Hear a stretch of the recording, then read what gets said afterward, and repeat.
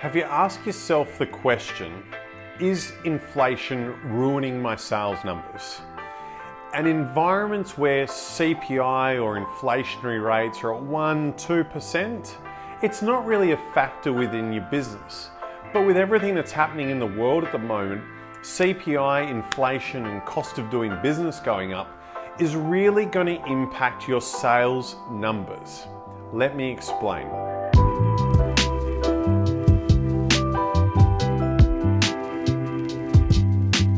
The question we're going to ask ourselves is, if revenue's going up, is my business also going up at the same time?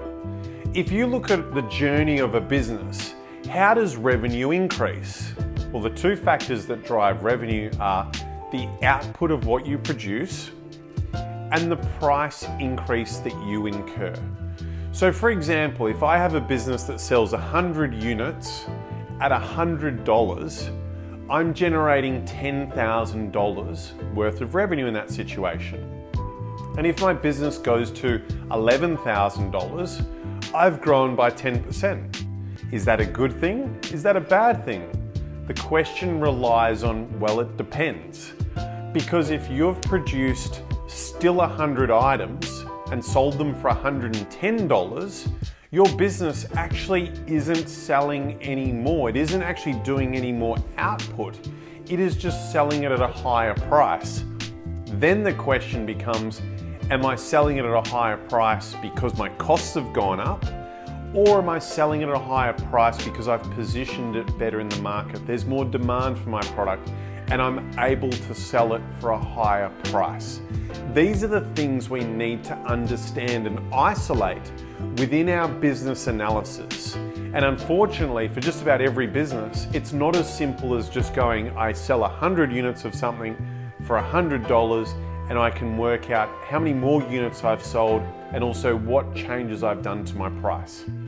So let's explore how we're going to apply this simple principle within your business to understand if inflation actually is hurting your business and you're only growing because inflation's pushing you up. So having looked at a bit of the background, what's our business goal? Our business goal should be to increase the output of the business and have our price increase at a greater rate at what our costs increase.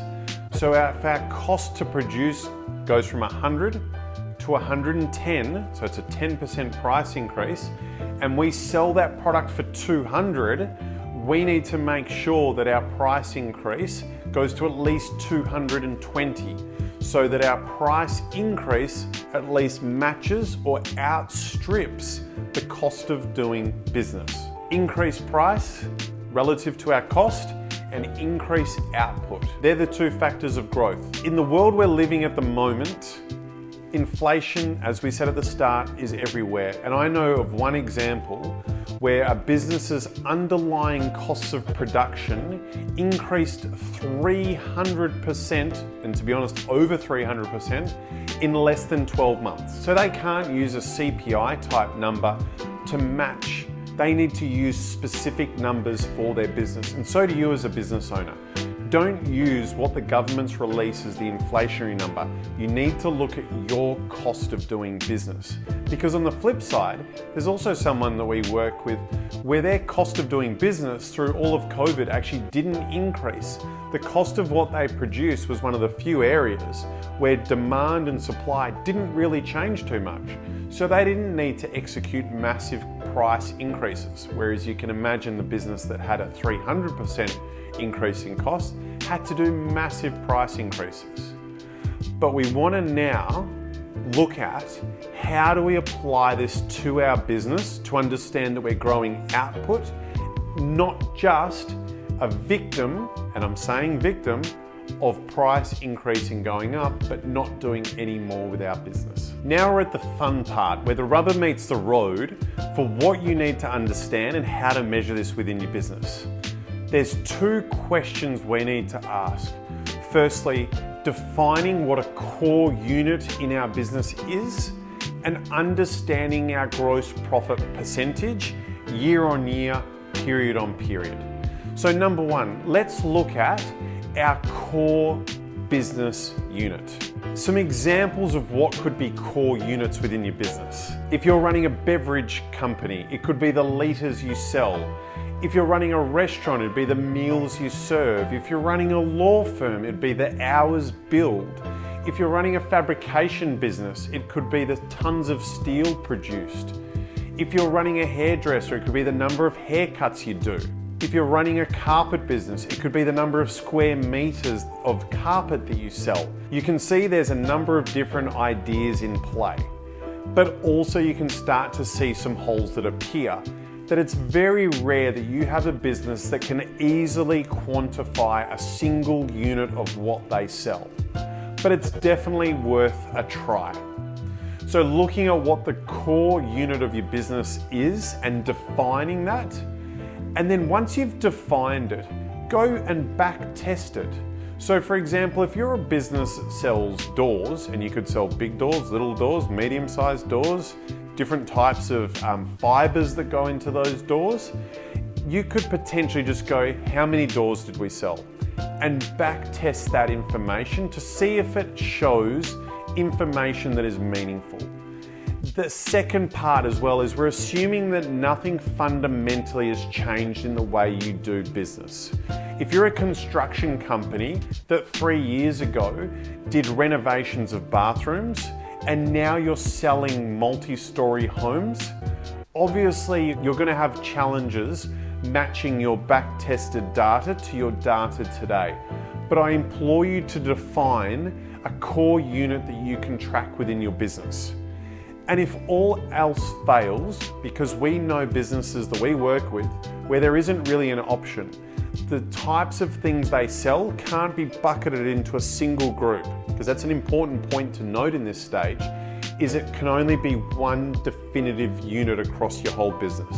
If you're the petrol station, it's really easy. It's litres of fuel sold. But for some businesses, it's bordering on impossible or more importantly, it's not meaningful to have a single unit. And what do you do in that case? Simply revert to number of invoices completed. That there allows you to match the number of transactions that you did 1 year over another. Again, there are holes in it, but it's also designed to not give you perfect information, but a really strong understanding of what the core unit of your business is and answering the question regarding, has the volume of business we're doing gone up, gone down, or stayed the same? Once you've done this hard step of defining what the core unit is, and as I said, worst case scenario, use the number of invoices that you've completed, it's now using that information to your advantage. We're not just gathering this information for the sake of gathering the information. We want to get the insights from this. So the steps you need to do and understand. Number one, define your core unit. Once you know that, and once you've decided on that, track that over as number of years as possible and determine what has been the growth in that core unit over a business journey, ideally over 3 to 5 years. And then match that information with your gross profit and your net profit percentages. That way you can see, as your business has hopefully grown in its output, is the quality. So remember, when we think percentages, we're thinking quality. Dollars is quantity, percentages is quality. How has your gross profit and your net profit percentage translated over that period of time? And more importantly, today, how is that translating in a high inflationary environment? If you've grown your business and your gross profit's been at 40% and your net profit's been at say 15% pretty consistently, and in the last 12 months it's tapered down a bit, that's a clear indication that your cost of doing business is outstripping the cost that you're charging or the price that you're charging your clients. They're the key elements. Understanding the core unit of your business and looking at the qualitative metrics like your GP percentage and net profit percentage, and then determine what do you need to do with your pricing, and also, has my business grown? Is it actually physically doing more output, or has it stagnated?